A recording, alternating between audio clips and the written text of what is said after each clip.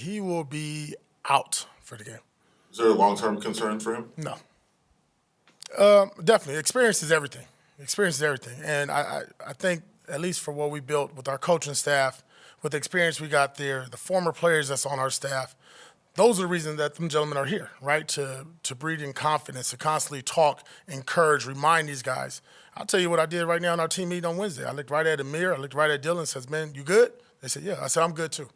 We'll move on, right? Because I'm going to need them gentlemen later on, and they will need them even this week. So it's not sitting here and just like pointing the blame, and we're going to make mistakes. I'm making mistakes in the games. We all are. Nobody's playing a perfect game. It's an imperfect game. But I think when you have younger players, you have to make them understand that you're not going to be perfect. It's the lessons of the game of football. We just can't repeat them. And I think the only thing that frustrates all of us is when we repeat the same mistakes. Dylan, I was going to ask you about him because there's that fine line of accountability and not losing a player as well. It sounds like you felt like there was probably a need maybe to go over there and, bump the fist and say, hey, I'm all right, you're all right. Right. But how do you balance that line between that accountability and not wanting to let a guy just go into a shell at that point? Well, we can't. We're going to use him. We're going to use him again at some point. We drafted him, and when we drafted him, we had the belief that at some point he'll help us this season. He just happens to be on his first carry. He fumbles the ball, and I know he feels down. We all feel bad, and we saw the outcome of the game.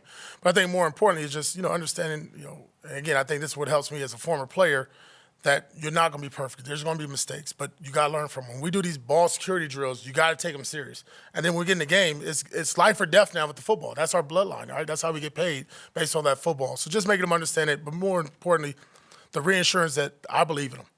And we drafted him to be a Raider, and we expect him to be a Raider and make Raider plays. When you look at a guy like Jakobi Meyers, whether he's on the field Sunday or not, despite whatever he can do on the field now more than ever, how would you say as a leader he's going to mean more to, the receivers in that room? Yeah, one of the older. We just talked about one of the young team, and losing a 32-year-old receiver now. We got a gentleman who's in his mid to late 20s.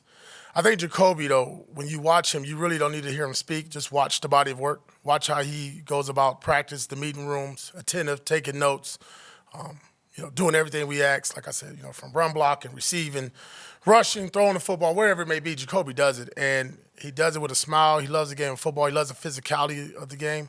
And I think that's really good. Obviously, when you lose a player like we talked about, the next man has to step up, and not even that we needed somebody to leave the building, but Jakobi's always been that presence, right? You feel Jakobi when he's around you. How's his ankle? What's the update with him?